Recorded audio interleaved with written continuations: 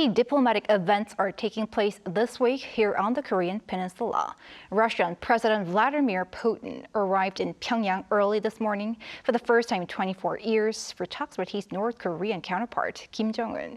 This comes amid increasing global concerns over their closer relationship, particularly at a time when the Ukraine war is still ongoing and North Korea continues ratcheting up tensions in this region. It's the topic of our conversation this evening, and I'm Yoon Jung-min filling in for Han Da-eun.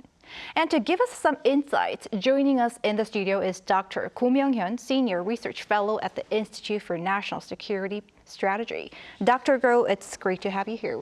Thanks for having me. Thanks for being here.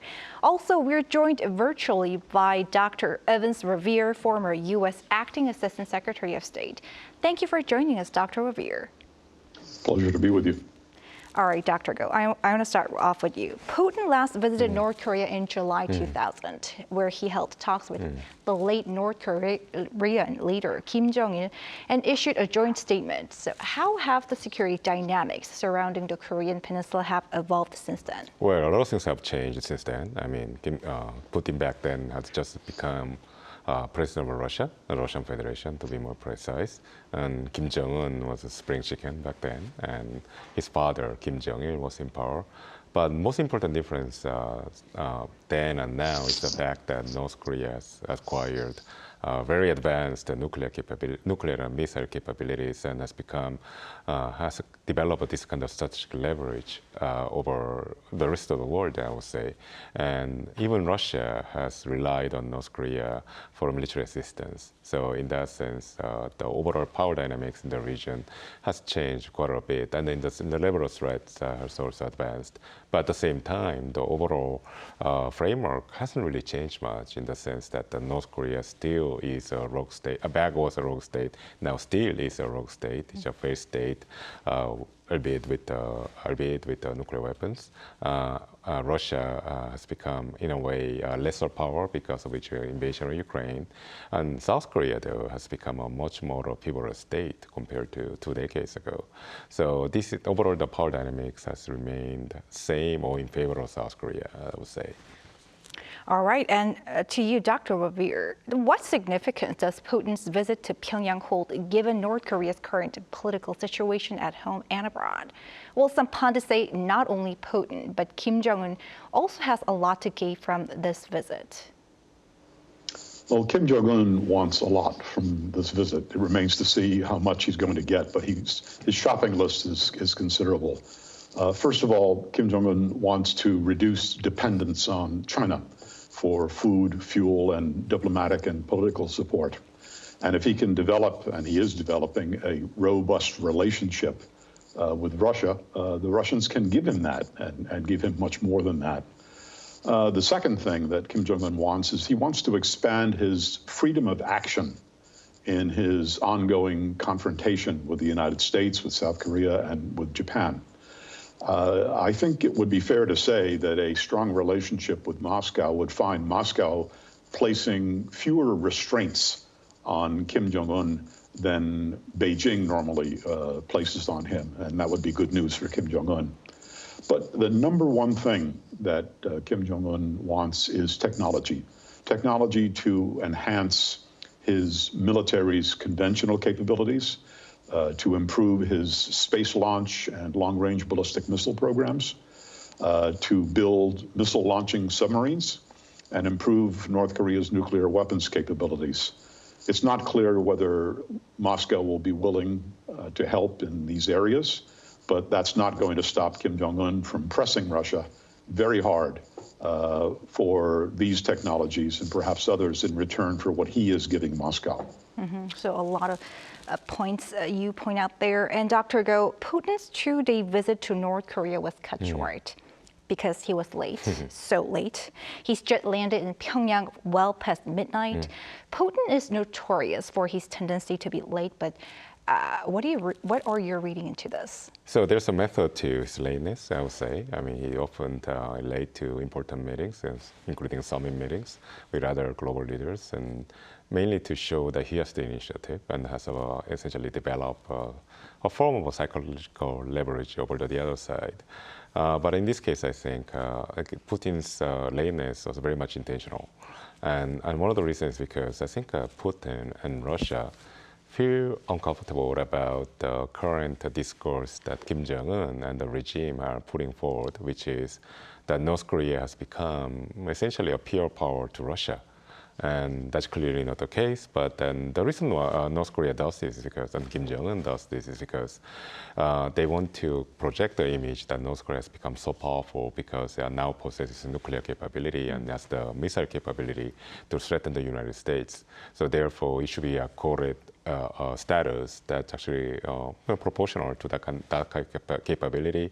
And eventually, I think Kim wants to leverage this perception to gain the upper ground and any potential negotiation with the United States. So shift the agenda of denuclearization dialogue away from denuclearization to more about giving North Korea what it wants, which is a nuclear power status. And I think that in that strategy, Putin's visit is a very important step for that. So essentially, North Korea wants to project the optics that Putin came all the way to Pyongyang to accord that nuclear power status or great power status to North Korea and to Kim Jong-un. And I don't think Putin likes it. And clearly because, the main reason is because Putin has to think about the potential settlement of the ongoing Ukrainian war and normalize relations with the rest of the world. If Putin is seen as embracing North Korea too closely and legitimizing this plan that North Korea clearly has in plain view, then there's not much for Putin to gain out of it. So Putin knows this. So essentially, he has downgraded this visit from his point of view, because we know that North Korea had been preparing for a state visit by Vladimir Putin. State visit is very ceremonial, very symbolic. So essentially, they prepare for a 2-day-long ceremonies and pomps and circumstances for Putin. But then Putin, in order to avoid being part of this play, that theatrical play that Kim Jong-un was preparing for him, he landed there late. So there will be, for instance, tens of thousands of Pyongyang residents lining up the road between the airport to the capital, welcoming him. And also, North Korea probably was forced to cancel major ceremonies to welcome him. So I think Putin essentially, as a guest, downgraded this state visit to a working visit. So thereby taking away from North Korea this chance to portray themselves as a major power. And I think Putin is doing this on purpose to remind North Korea that Russia is the one that calls the shots. So I think it's a power play on the part of Putin, very much so. Also, the fact that Putin is heading to Vietnam after his visit to Pyongyang. All right. And Dr. Revere, this Kim-Putin summit yielded a treaty on comprehensive strategic partnership. What changes would that bring to the current burgeoning military and economic ties between Pyongyang and Moscow? And what message do you think are they sending to the West? It's not clear that the document itself is a formal treaty, but the two leaders are concluding a comprehensive strategic partnership understanding agreement that will take their relationship to the next level. We're going to need to study the content of this new agreement very, very carefully, especially if it references, or if it doesn't reference, military cooperation. I think we're also going to have to keep in mind that everything that has been agreed between the two leaders may not necessarily appear in a public document. I think both Moscow and Pyongyang have an interest in masking the full extent of their cooperation, especially in sensitive areas like nuclear weapons and long-range ballistic missile technology. Nevertheless, the new comprehensive strategic partnership between the two leaders is going to replace the existing cooperative arrangements that have gone on for a number of years now.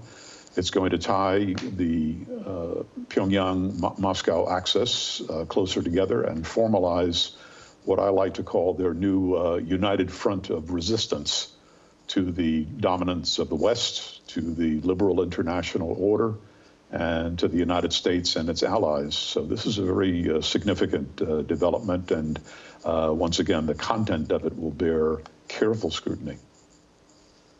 All right, Dr. Go, to you. Traditionally, North Korea and Russia don't reveal much about their agreements, but in your view, what other agendas would take center stage during the Revere summit? Aside from military officials, key figures in charge of the economy, space, and railroad were spotted at the expanded meeting. So we have to look into the optics of the meeting. I mean, oftentimes the two sides in the major meetings, summit meetings like this, they want to project a balanced optics, both in terms of numbers of people getting to the meeting from both sides, as well as in terms of agenda.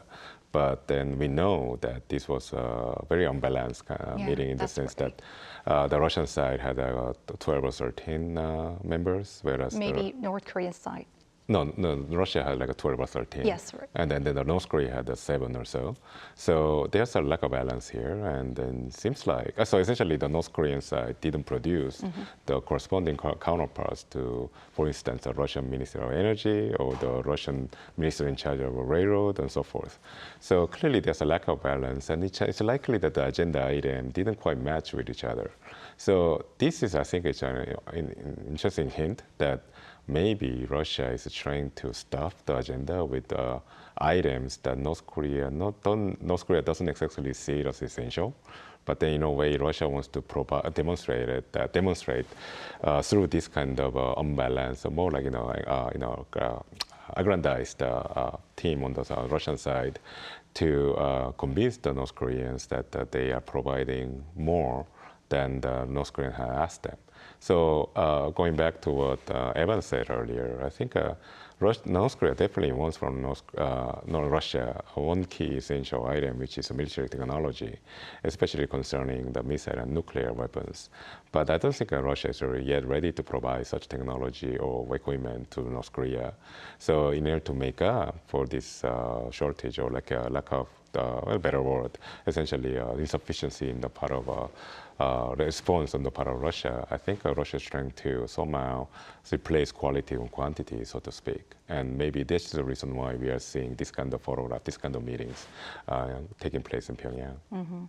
And Dr. Revere, most experts have played down speculations that Putin and Kim may restore past military alliance treaties between North Korea and the Soviet Union that included a clause on military intervention in contingencies. What's your take, and what level of North Korea-Russia military partnership are we expecting then? I'd be quite surprised if the Russians agreed to include a clause in a public document referencing military support in the event of a contingency. To do something like that would really take us back to the days of Cold War confrontation. It would be a very dangerous signal from a country, Russia, that is already carrying out an illegal war. And if the new partnership agreement between Pyongyang and Moscow contains such language, it would indicate that the situation on and around the Korean Peninsula has reached significant crisis proportions, quite frankly. Let me add that such an arrangement, if it existed, would also compel Moscow, at least theoretically, to defend North Korea, even if Pyongyang were to engage in a military provocation. I'm not sure the Russians would want to extend such an open-ended commitment to the North Koreans. But there is still the possibility that Putin and Kim have developed a confidential understanding about their mutual support and cooperation, including in the military arena, including the possibility of provision of some sensitive technology. I wouldn't dismiss that, although I would tend to agree with Dr. Go that the Russians are going to be very cautious and very careful about how far they go down that particular track. And add to you, Dr. Go, many North Korean watchers say that Putin is unlikely to offer his old friend any sensitive advanced nuclear and missile technology. What are your thoughts? No, I absolutely agree with the consensus on this issue. And the reason is because it's logical. So the biggest differentiator of Russia that allows Russia to make the claim that it's a major power, it's the fact that it possesses unique and advanced nuclear and missile technologies. The moment that Russia shares such technology, any other country, including North Korea, essentially Russia will be equalizing this great power, claims to be a major power status with that country with which Russia is sharing these technologies with. So in that sense, I think Russia is not going to give such fundamental critical technology in North Korea at this juncture when the war in Ukraine is not really an existential war that could, the outcome which could end with the defeat. I mean, no, sorry, not the defeat, but the disappearance of the Russia as a country. So it's not an existential war. It's a war by choice on the part of Russia. So the level of demand or urgency is not that high. So I don't think Russia is going to share such technology at this juncture. But we don't know. I mean, down the road, if Russia becomes, or the regime becomes very desperate in Moscow about the war or about anything else, then they could share at least part of the technology with North Korea. But given the confidence that Putin has shown regarding the overall progress being made in Ukraine, I don't think Putin or Russia have reached that stage yet. Not for now. Not for now. Dr. Revere, Putin and Kim Jong-un reportedly had informal talks throughout the day, such as taking a walk together or having some tea. We believe the two men spent 9 hours together today. What could have been discussed in a more relaxed setting? I'd like to think that Vladimir Putin spent some time apologizing to Kim Jong-un for his late arrival, especially since that really, as has already been pointed out, really changed the character of this visit in a very interesting way. But seriously, the visit was carefully arranged and coordinated. It was obvious that the two sides were trying to convey a public image of mutual trust and admiration and friendship. I think it's true that the two leaders have developed a close working relationship that is based on more than just mutual convenience and individual self-interest. The two men obviously see eye to eye on many issues, and I imagine in those private conversations, they, as other world leaders do when they get together, they share their respective assessments of regional and international developments. But beyond that, we just don't know because so much of this was very carefully scripted and it was very carefully crafted to convey things or suggest things that may or may not be true.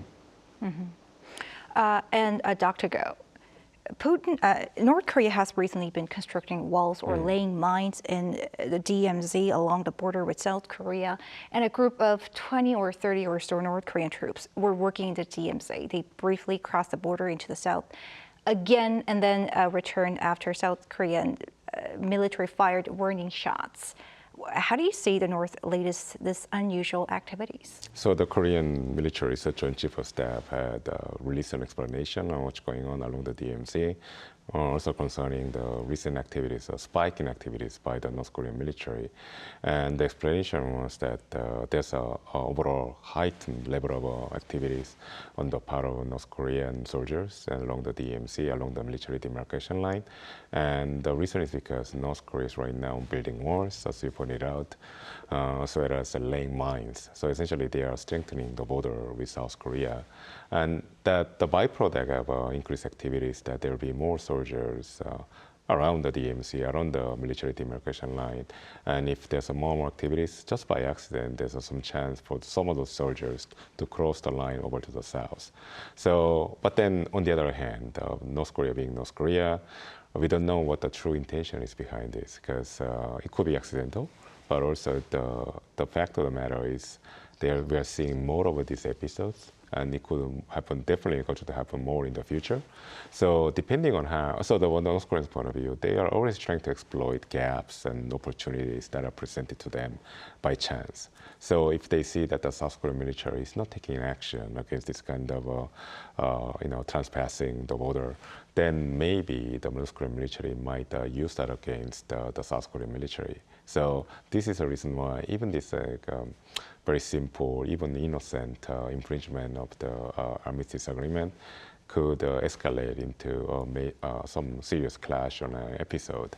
So I think this is the reason why the South Korean military is watching this very carefully, even though for now it's been assessed that the motivation is not that malign.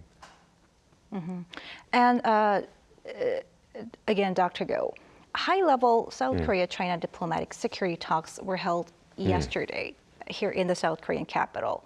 Seoul expressed concerns over Putin's trip to Pyongyang. while Beijing only reaffirmed its earlier stance that it'll play a constructive role in resolving regional issues. What do you read into China's response? So apparently the majority of experts have pointed out that the coincidence of the dates, that the Putin's visit to Pyongyang and holding of this event, and essentially a security dialogue between Korea and China after so many years, is a message on the part of China to North Korea and Russia that it's not very happy about the ongoing developments taking place between these two countries. But I think in combination to what happened today, Putin's lateness to the meeting, which in effect downgraded the characteristic of the visit from one of the highest level visit of a state visit to one official or even a working level meeting. I think in combination, both China and Russia are sending a message to North Korea that they don't quite agree to the overall narrative that the North Koreans are putting forward, which is that the entire world, especially in East Asia, we are living in the era of the new Cold War, and there are blocks, and then in one of these blocks, there are three peer countries, which are North Korea, China, and Russia. Clearly, both China and Russia don't see North Korea as a peer country or peer power. They see more as a client, not client, but they're more of at best a junior partner. And we have to look at the age of the leaders of Russia and China. They're like more than 70, whereas Kim Jong-un is half their age. So I don't think that they consider Kim Jong-un to be their peers. And then essentially these moves in combination is reminding Kim Jong-un and the North Korean regime that they are not even near what they claim to be. Okay, Dr. Go, thank you for your insights and your time. And Dr. Revere, thank you for your insights. A pleasure. Thank you. And that brings us to the end of this show. Thank you for watching, and be sure to tune in same time tomorrow to join our conversation. Bye for now.